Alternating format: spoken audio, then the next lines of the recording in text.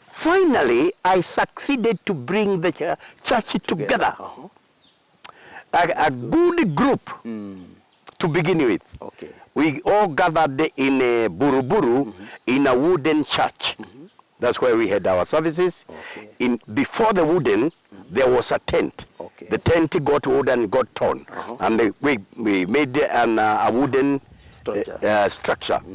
We spent the time there. We got the Christianity until we started what we call a fellowship of the end of the month. Okay. Edmonds meetings. Yeah, they're there. The Edmund in Nairobi would only take place on the third week of the month.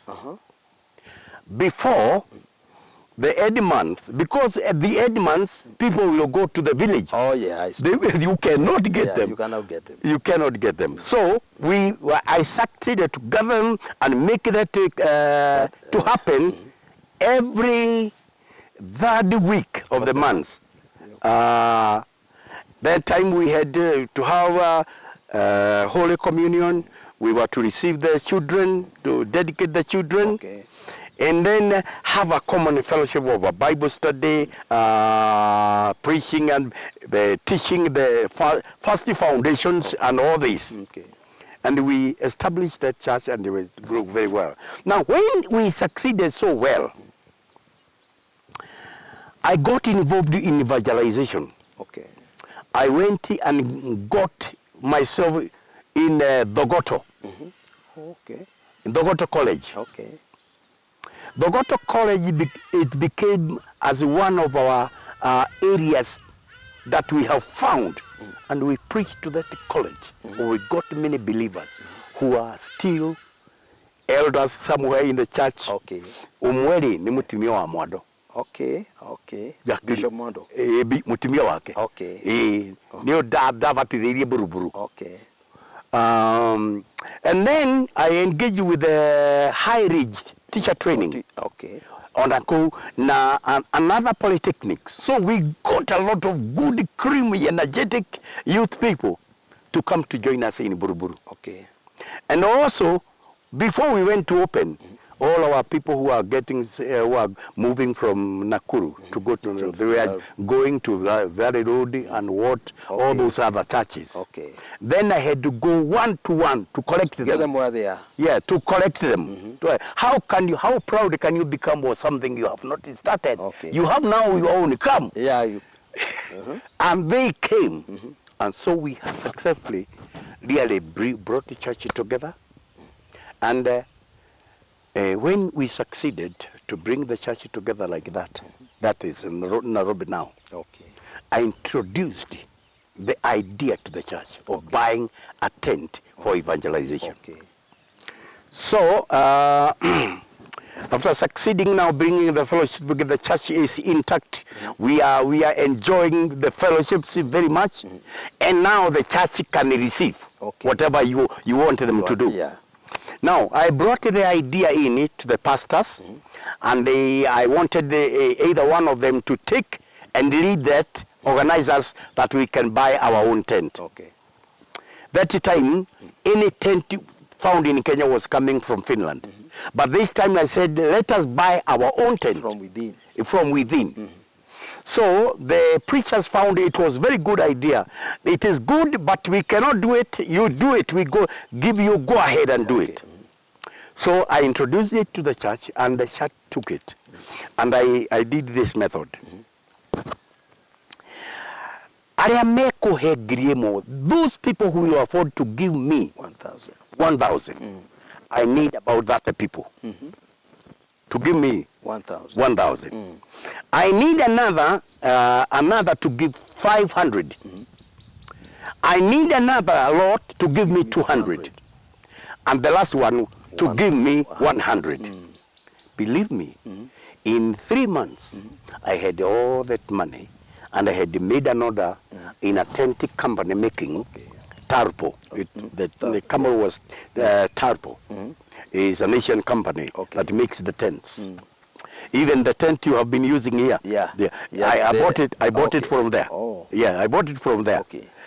So we took the tent and came in Buruburu Church and dedicated the church with the whole congregation. Okay.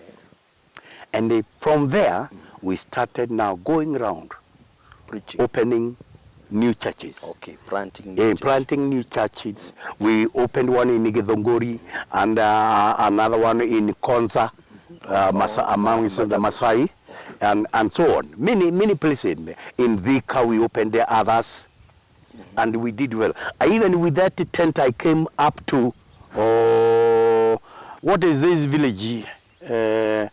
Next to Magena as you go to Nairobi. Kemende. Kemende. I preached there for 2 weeks with that tent. And then, after, now, the tent is now planting churches. We take the choir with us and was on. And then it came another idea.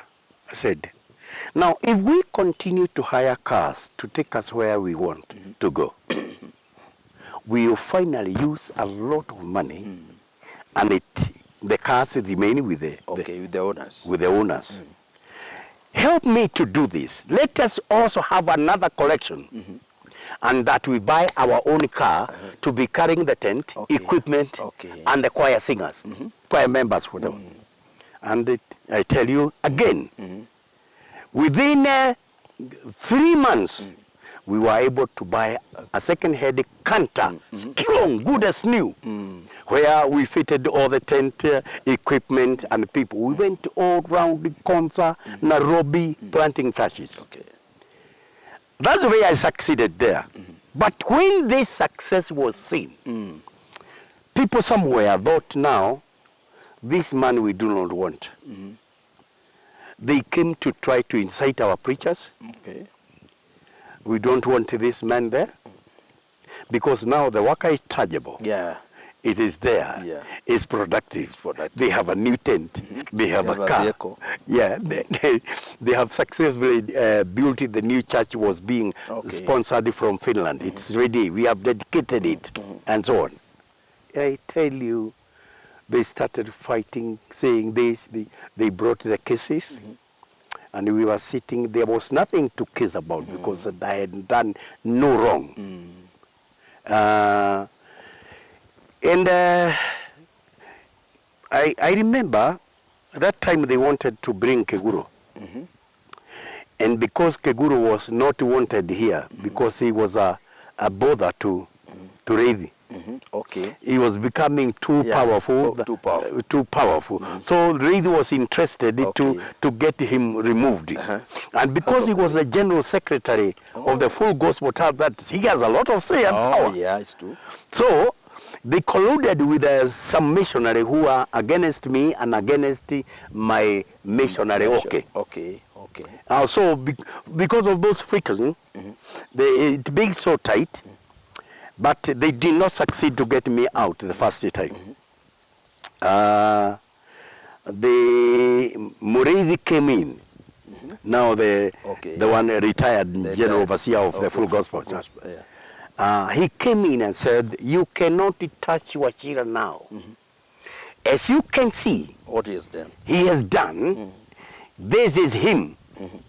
And this is the work he is doing. For now, no. You cannot. I cannot support you to disrupt this man. So they went. Kipto went back to Kericho. Disappointed, and they actually they came twice. And the other time they were dealt by Maurice the same.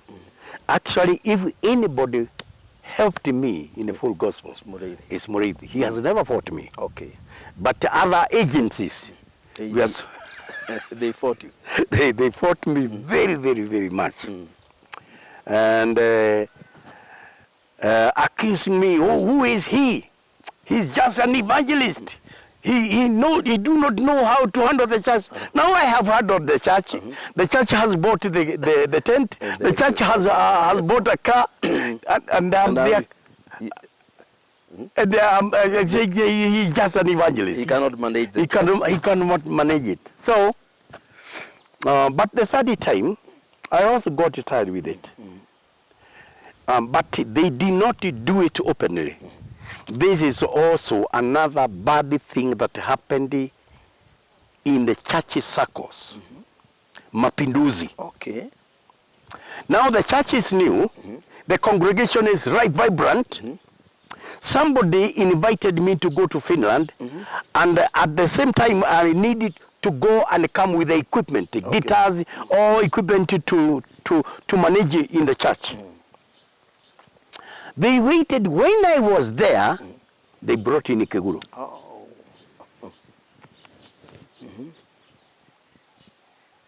Coming back. There is a new man. They are meeting me in the airport. You cannot go to Buruburu. To Buruburu. You relocate to Nakuru. They took all the equipment that I brought. They took to Buruburu. And they put me to be somewhere in Kagemi. Okay. Just a branch. Just a branch.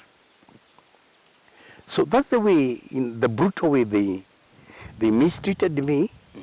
Of doing all that good I did by the grace of God, and this the kind of thing they are doing. So I humbled myself. I said, let me go to that Kagemi, so that if anyone has any accusation, we'll bring it while I'm still in Nairobi. So nobody accused me of nothing, but they organized a farewell and so on, and then finally they sent me back to Nakuru. Okay. And now in Nakuru... You are talking now about all those bad experiences. Yeah. That, you can see how nasty it was. Yeah, it was. That was very nasty.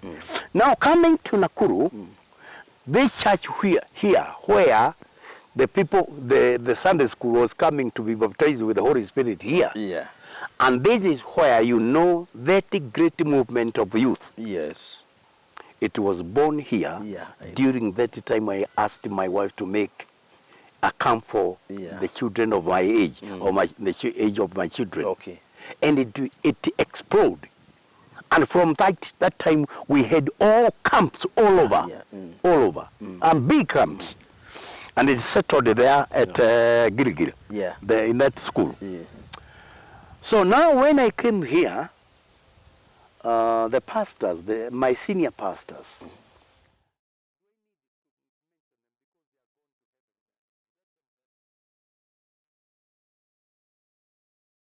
had incited the people I was training to be elders here. Okay. Now, they planned the chaos, a lot of chaos here, so that an evangelist will come to try to tackle it, he will fail. Okay. They started a lot of trouble here. First of all, when I came, they said, such and such a person have committed this, such and such a daughter have aborted. Many accusations amongst the believers. The believers. And I asked them, why didn't you settle these things one by one? Why did you wait until I come? He said, because this is only you who can do it. Is it only me? Yes. And God gave me an idea. God is very good. Yeah.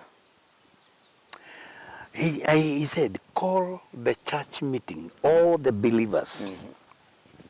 Gita kanitha gothe na ngikera ndamwita guku tono hindi ndacokire ndiui maundu maingi maria mathiete na mbere.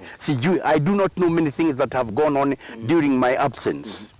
But now that I have come back, I have been told so many things. A lot of accusation. Okay. So I told the church, I have called you to come together so that I can give you accusation that many of you are being accused. Damwita nigetha ndimuhe juku mutigathi guticaria na nja. That you do not need to go to look for them outside. Ndimuhe ciothe haha. When I presented them, those who wanted me to tackle this so that I may fail, he said, please stop it there. We will try to help you now. Yeah, okay. We will try to help you. Now the sabotage fell. Okay. The sabotage fell. Okay. It was not enough. Now I knew I have come back. They started another trouble amongst the youth. Okay. And when they did this trouble, the youths were so brutal, they did not want to hear me. So, as you should remember, our pastors' meeting was going from church to church. Yeah. To church. Yeah. I invited them to come here. So that in the process, I will tell the problem, they will help me. I didn't know I am calling them here to come to kill me. Oh. Oh. This time already they are planning to get me out of the work. This work of Dimo was going to go to Nakuru. The work in Kiongororia and you people in Nagadabara was going to go to Gilgil. And then they suggested that because I'm an evangelist, they are going to give me a chance to be visiting the churches, evangelizing in the churches. And this was the trick, because they did not want me to have a place where I can have a base. Yeah, you didn't want you. Yeah, because of my influence. Because every European who comes from America must get in touch with me. Okay. The one who comes from Sweden must get in touch with me. Wherever they come, they must be hallowed by me. And they said they planned to make me a baseless person, so that after they make that, this is gone and the other one is gone to Gilgil, this is gone to Nakuru, then they close the doors to their church. Then I flap. Can you see how? It's one. That's bad. Those are the kind of memories you're trying to remember that I have gone through. But thank God, I have never pointed any of these pastors with a finger. Okay.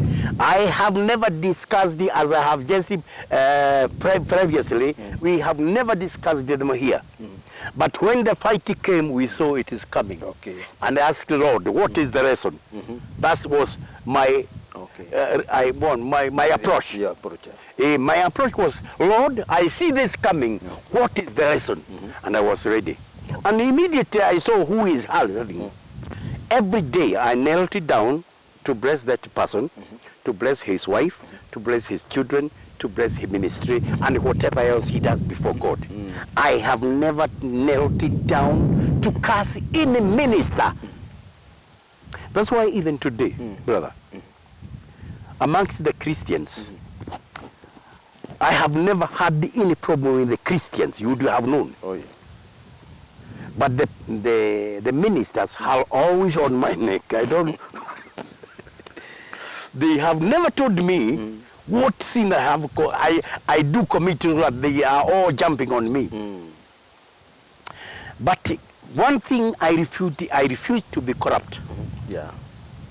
I refuse to misuse the money of the church. Okay. Baba Hana, Yeah. I have never even went to the counting hall of any offering. And you remember them times when I was organizing here. Okay. I organized that in every branch that the treasurer bring me a paper of how much was collected there, and I authorized this money to go to the bank. Yeah. And I had helped it to open the account. The accounts, yeah. So, after that happened, now this meeting that came to help me, instead of helping me to sort this, they came to fight me and fight my wife. Okay.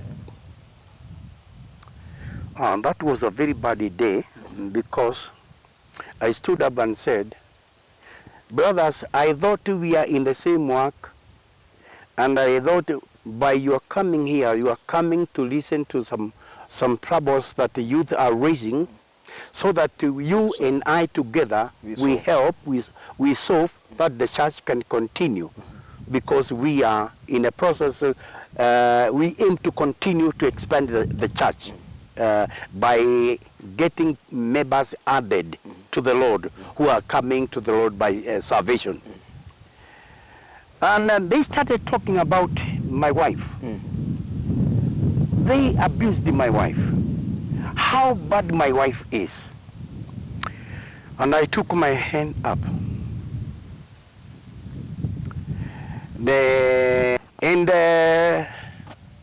He was the chairman. I took my hand. Because when other preachers had the quarrel that now has already engaged between me and him, they said, now, how can we help between this this quarrel between the two leaders. The two leaders. Because they are the ones we follow. I reached out my hand and said, Mr. Chairman, now allow me to ask. I thought that by inviting you here, you are coming to do that part of helping the church to be in good position and well. Now I hear you are talking about my wife who is not here to defend herself. Now, I want to hear from you, Mr. Chairman, that if it is about talking about the wives, you tell me it is, because I have so much here in my chest about you and your wife. And then we can table it here, and we go on with the motion. After that statement, the matter died until now we are talking. It died at that time until now, it's dead. So, the mission failed. They God was on your side. God was on my side. The mission of chasing me away, taking the churches from me, failed. Now, another attack now came. Every time there was a meeting, pastor's meeting in a certain area, in a certain church, they kept it, the people they are using to fight me at the gate, so that they will be opening for me. That's arrogance. Okay, it's true. That's told that. When we go to the conference, they make sure those people from here are the ones who are opening the gate for me. To embarrass me. But I never talked nothing. I behaved as if everything normal, because they opened it, I went in. I didn't even really be annoyed or be arrogant on anything. I kept it calm and kept it praying and blessing all those my seniors. And God bless my seniors. They have been good ministers. The Lord used them very well. And I was glad to be able to help them when they needed me. God gave me a gift of interpretation in many languages. Yes, true. So whenever they needed me to interpret for them, either in a conference, there I was ready. I had no bitterness, and we had the same flow. And so they liked me because of that. Yeah.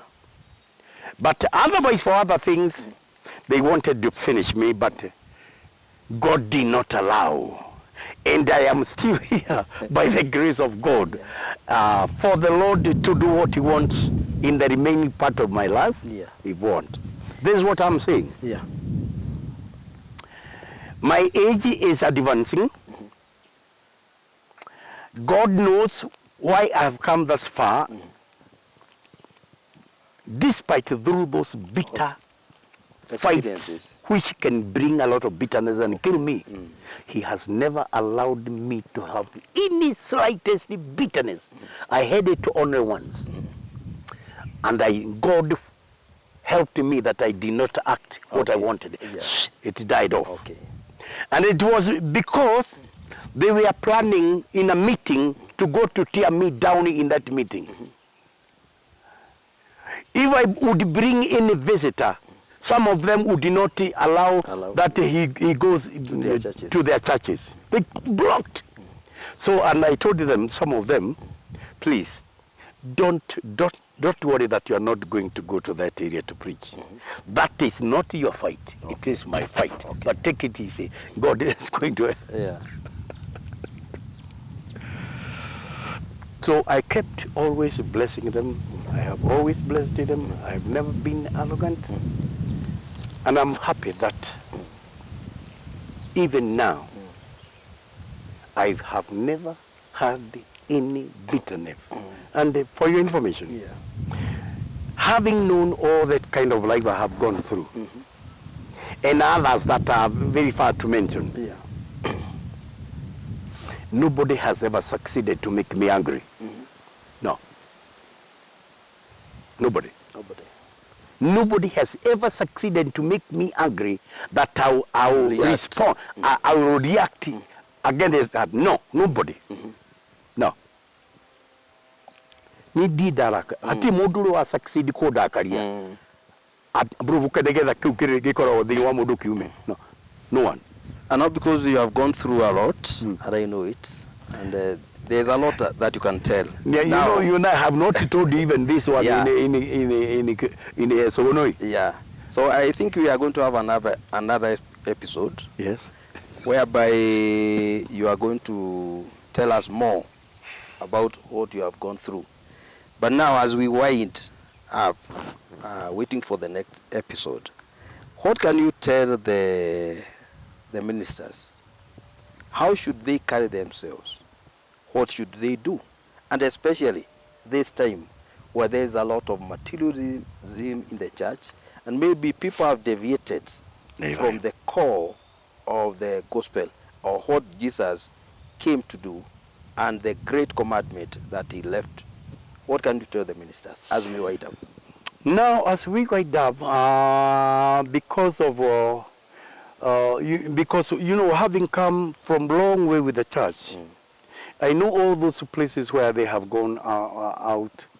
I would like to tell the pastors who are already in and those who are coming in, if it is not the job seeking they are seeking, if they are following the calling, let them follow their calling according to the way God called them. And the call will never go away from the Bible. The call will cling to the Bible and to the teachings of the Bible. Let them make it clear to preach salvation without any reservation. Teach about the saving grace of Jesus Christ wholeheartedly with all faith they can acquire. And also let people know that not only people get saved, but God seals his people by the baptism of the Holy Spirit that empowers them to live as God's people, as Christians, with a good life that is being emulated by other people, by the way they live, the way they walk, and the way they talk. And let them demand so much money to the church because they are not the only area where money of the believers are needed.